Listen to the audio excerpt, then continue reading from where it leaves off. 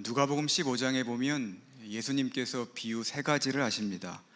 잃은 양을 찾은 목자 비유, 잃은 드라크마를 찾은 여인 비유, 그리고 잃은 아들을 되찾은 아버지 비유입니다. 우리에게는 돌아온 탕자의 비유가 더 익숙한 표현이죠. 이 비유들은 공통점이 있습니다. 모두 잃어버렸다는 거예요. 잃은 양, 잃은 드라크마, 잃은 아들입니다. 하지만 여기에 포커스가 있지 않아요. 포커스는 뒤에 있는데 모두 찾았다는 겁니다. 우리가 여기에서 볼 수 있는 게 있습니다. 그게 무엇일까요? 하나님의 사랑입니다. 그리고 우리가 읽은 탕자의 비유에서 그 사랑은 극에 달합니다. 돌아온 탕자의 비유 이야기는 너무나 유명하기 때문에 잘 아실 겁니다. 하지만 알지라도 오늘 말씀을 통하여 새로운 은혜를 받으시기를 축복합니다. 그리고 또한 말씀을 통해 삶을 돌아보고 적용해서 우리를 향한 하나님의 사랑을 깨닫는 귀한 시간이 되시기를 주님의 이름으로 축복합니다. 탕자의 비유는 둘째 아들의 재산 요구로 시작됩니다. 아버지가 살아계신데 재산을 달라는 거예요.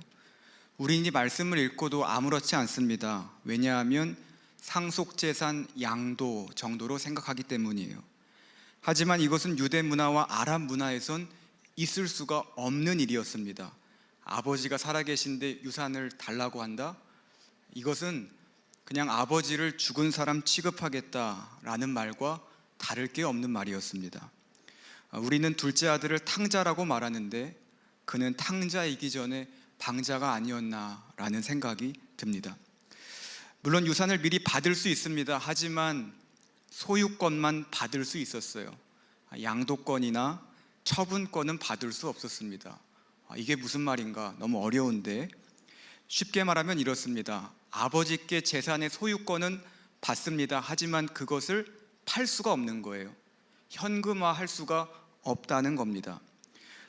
근데 그것을 언제 팔 수 있는가? 아버지가 돌아가시면 팔 수 있는 거예요. 그런데 우린 알잖아요. 둘째 아들이 재산을 받아서 다 써버렸다는 것을 알잖아요. 어떻게 이것이 가능했을까요? 방법은 하나입니다. 아버지가 현금화 시켜서 준 거예요. 재산을 직접 팔았고 그 현금을 아들에게 준 겁니다. 탕자의 비유는 알면 알수록 충격적입니다. 저는 사실 아들보다 아버지가 더 이해가 안 돼요. 그 당시 사회가 가부장적인 사회거든요. 아버지가 거의 왕 같습니다. 절대적으로 아버지가 힘이 센 사회예요. 그런데 아들이 미리 유산을 달라고 한다? 조금 심하게 이야기하면 아버지에게 맞아 죽지 않은 게 다행입니다. 마을에서 쫓겨나지 않은 게 다행이라는 거예요. 하지만 아버지는 화를 내지 않아요. 오히려 친히 재산을 현금화해서 아들에게 주는 겁니다. 아버지는 무슨 생각으로 돈을 준 것일까? 결과가 뻔하잖아요. 안 봐도 비디오잖아요. 여기에 비디오를 모르는 세대가 있는데 안 봐도 결과가 보인다는 말입니다. 이걸 이렇게 진지하게 말할 필요는 없습니다. 세상 물정 모르고 집에서 아버지가 하라는 일만 하던 아들이 무슨 돈을 쓰겠습니까? 돈 다 잃어버릴 거 압니다. 방황할 거 압니다. 하지만 아버지는 그럴 자유를 주는 거예요. 둘째 아들은 신나서 고향을 떠납니다. 자기가 생각하고 상상했던 곳으로 나아가는 거예요. 그리고 우리의 예상대로 그는 모든 돈을 날리게 됩니다. 성경은 그 돈을 어디다 썼다 정확하게 이야기하진 않지만 우리는 대략 어디에 썼겠구나라고 추측할 수 있어요. 형과 아버지의 대화를 통해 알 수 있는데 30절에 보면 형이 아버지에게 이렇게 불평합니다.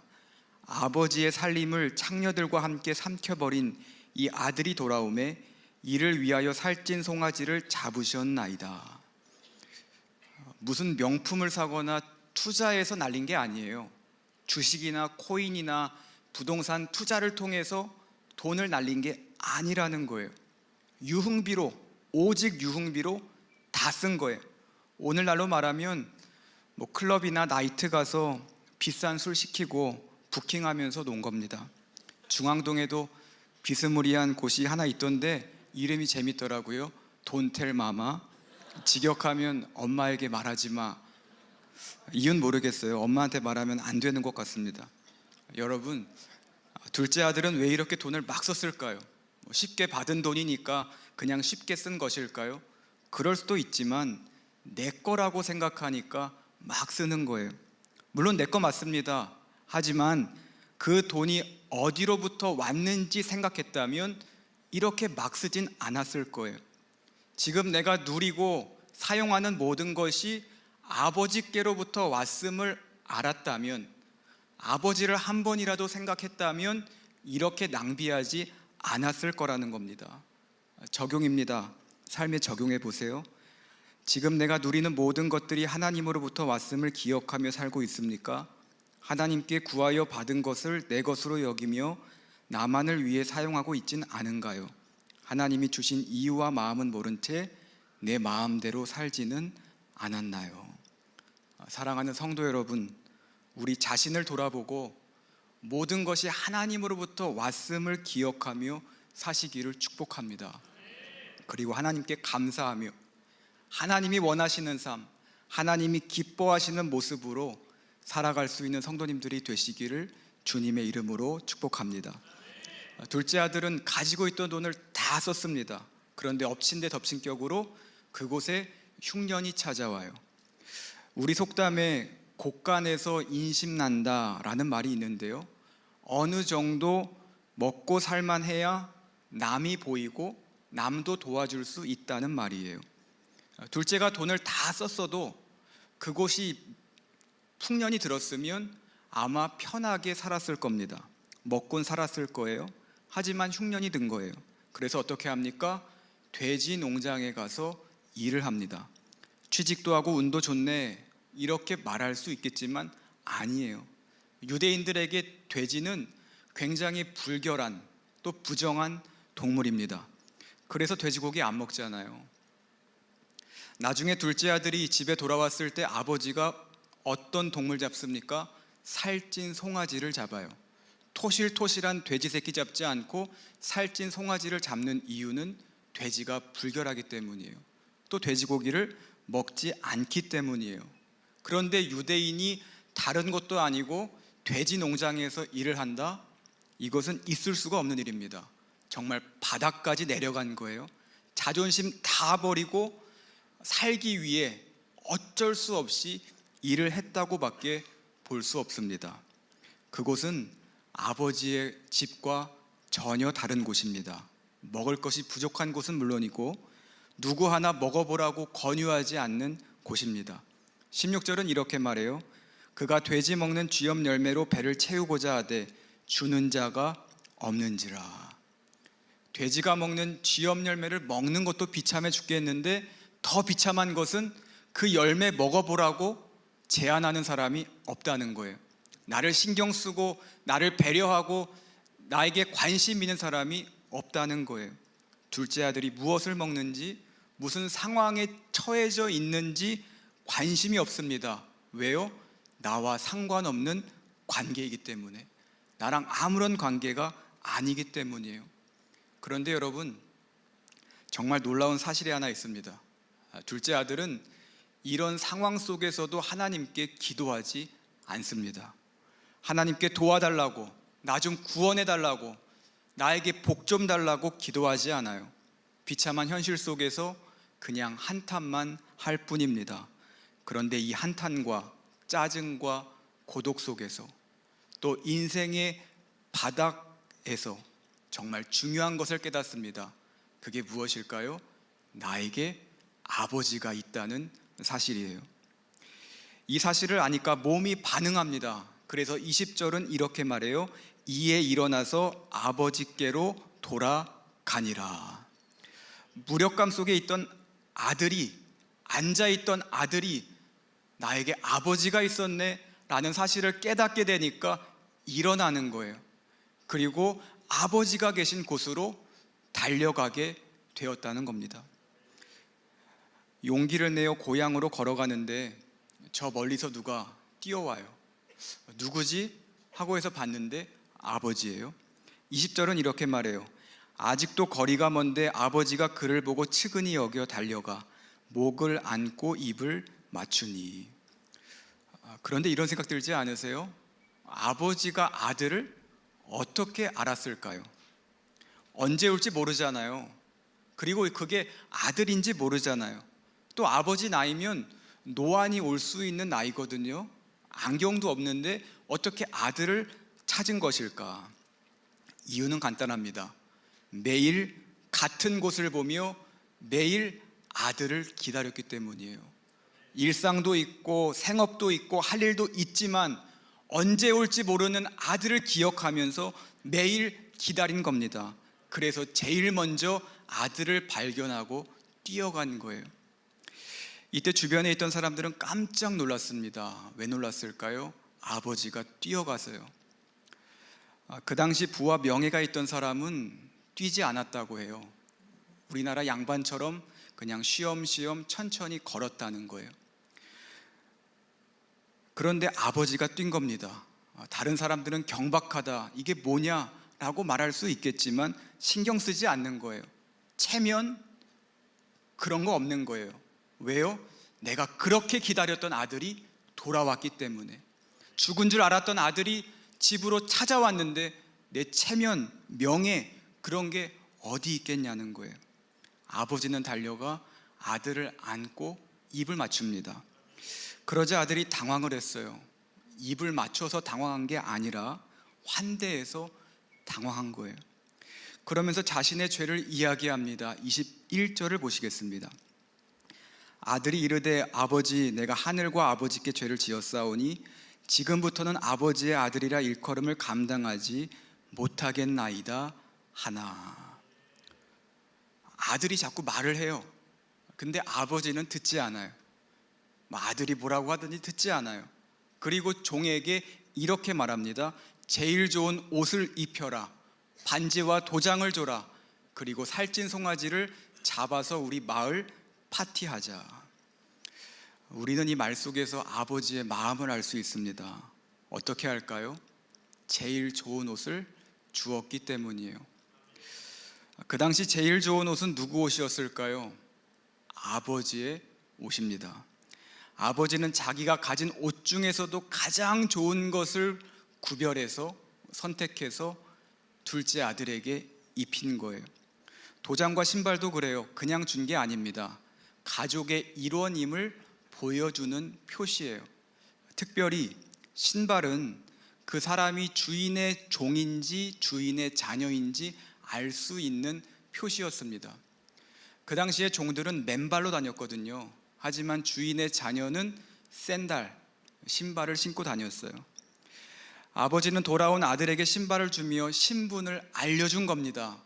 너가 거짓골로 왔을지라도 내 돈을 다 날렸을지라도 너는 여전히 내 아들이다.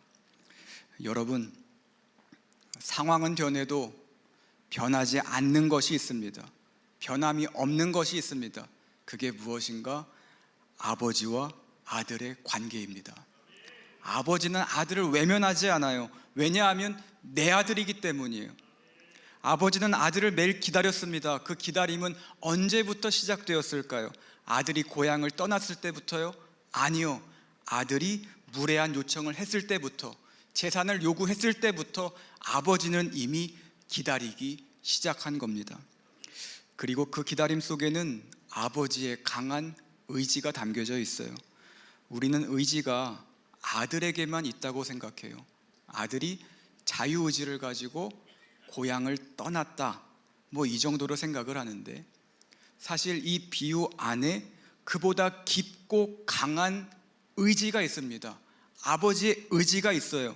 어떤 의지일까요? 기다리겠다는 의지요.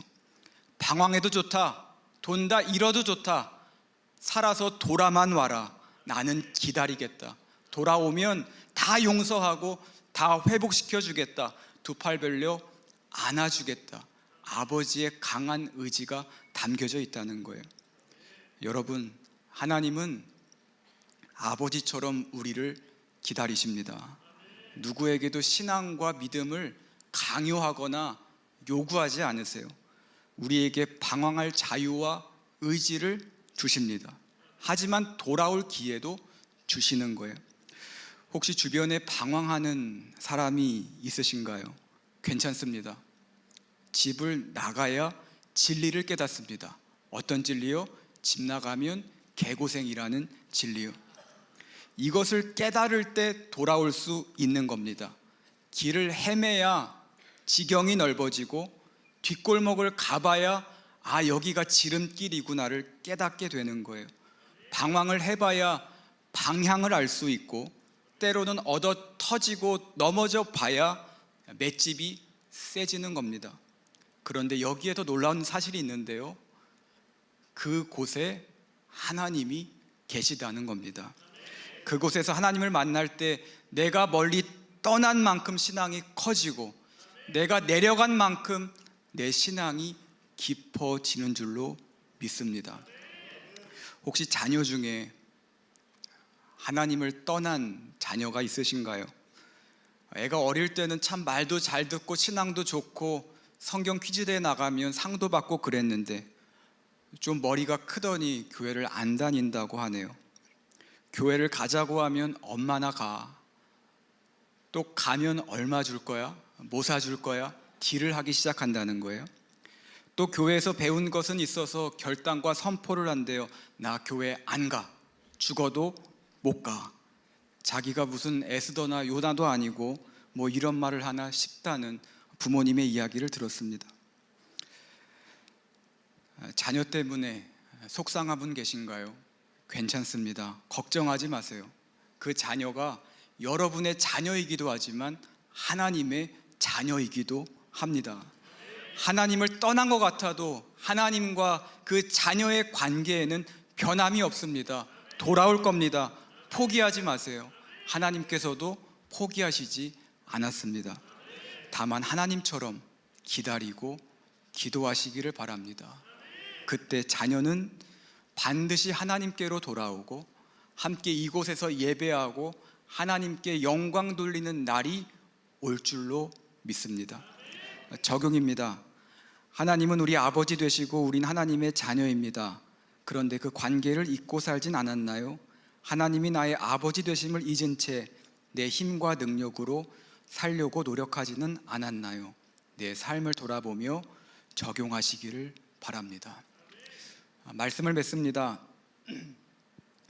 오늘 말씀의 메시지는 탕자의 회개나 탕자의 변화가 아니라 탕자의 귀향입니다.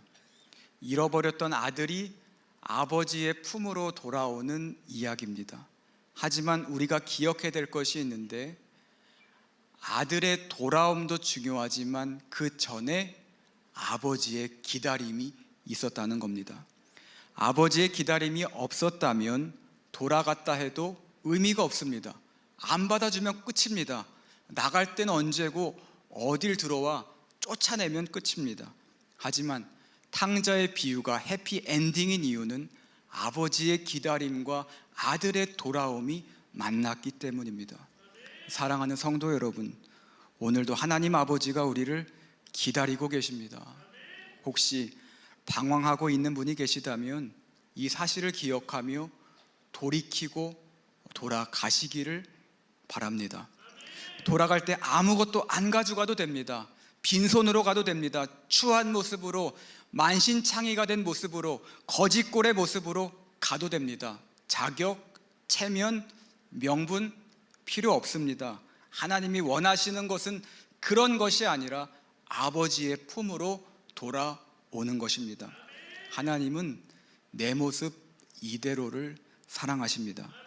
하나님께 용기 내어 갔을 때 하나님은 가장 행복한 모습으로 안아주시고 우리가 예상치 못했던 것들로 가장 좋은 것으로, 가장 선한 것으로 채워주실 줄로 믿습니다. 오늘 이 예배가 나에게 아버지가 있구나 라는 사실을 다시 한번 깨닫고 아버지께로 돌아가는 시간이 되기를 축복합니다. 그리고 앞으로의 나날 가운데 하나님 아버지와 동행하며 자녀만이 누릴 수 있는 은혜와 복이 여러분 가운데 있기를 예수님의 이름으로 축복합니다. 기도하겠습니다.